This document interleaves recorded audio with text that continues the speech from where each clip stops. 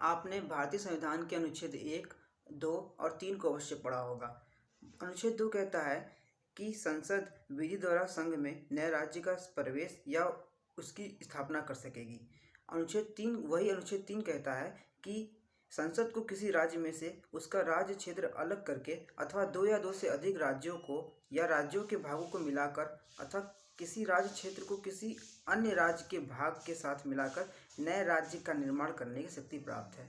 इन दोनों अनुच्छेदों को पढ़कर आपको लगेगा कि अनुच्छेद 2 कहता है कि नए राज्यों का निर्माण करेगा सेंटर, और अनुच्छेद 3 कहता है कि जो राज्य एग्जिस्ट करते हैं उनकी सीमाओं को घटा बढ़ाकर नए राज्यों का निर्माण करेगा सेंटर।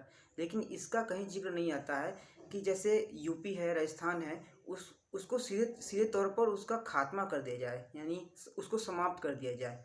या जैसे यूपी है वो राज्य न रहे, उसको सीधे हटा दिया जाए सेंटर। ऐसा आपको कहीं नहीं दिखेगा, लेकिन ऐसा नहीं है। अनुच्छेद 1 को अगर आप पढ़ेंगे तो उसमें लिखा है भारत अर्थात इंडिया राज्यों का संघ होगा। इसको पढ़ने के बाद आपको लगेगा कि इसमें तो कहीं भी नहीं बताया गया है कि राज्य सेंटर किसी राज्य को पूरी तरह से समाप्त कर सकेगा। ऐसा नहीं है। अगर आप इसे तोड़ के पढ़ेंगे तो आपको पता चलेगा कि कहेगा कि संघ एक विनाशी राज्यों का एक अविनाशी संघ है।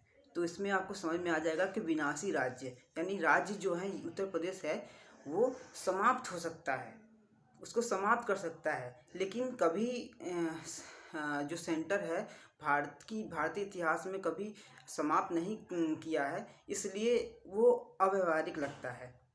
अर्थात ऐसा भारतीय इतिहास में कभी घटित नहीं हुआ है कि किसी राज्य को पूरी तरह से समाप्त कर दिया जाए, इसलिए ये अव्यवहारिक लगता है। तो आपको कैसा लगा ये इन्फॉर्मेशन ज़रूर कमेंट करके बताइए, और लाइक, सब्सक्राइब और बिना कहे कर दीजिए। चलिए ठीक है, अगले वीडियो में मिलते हैं।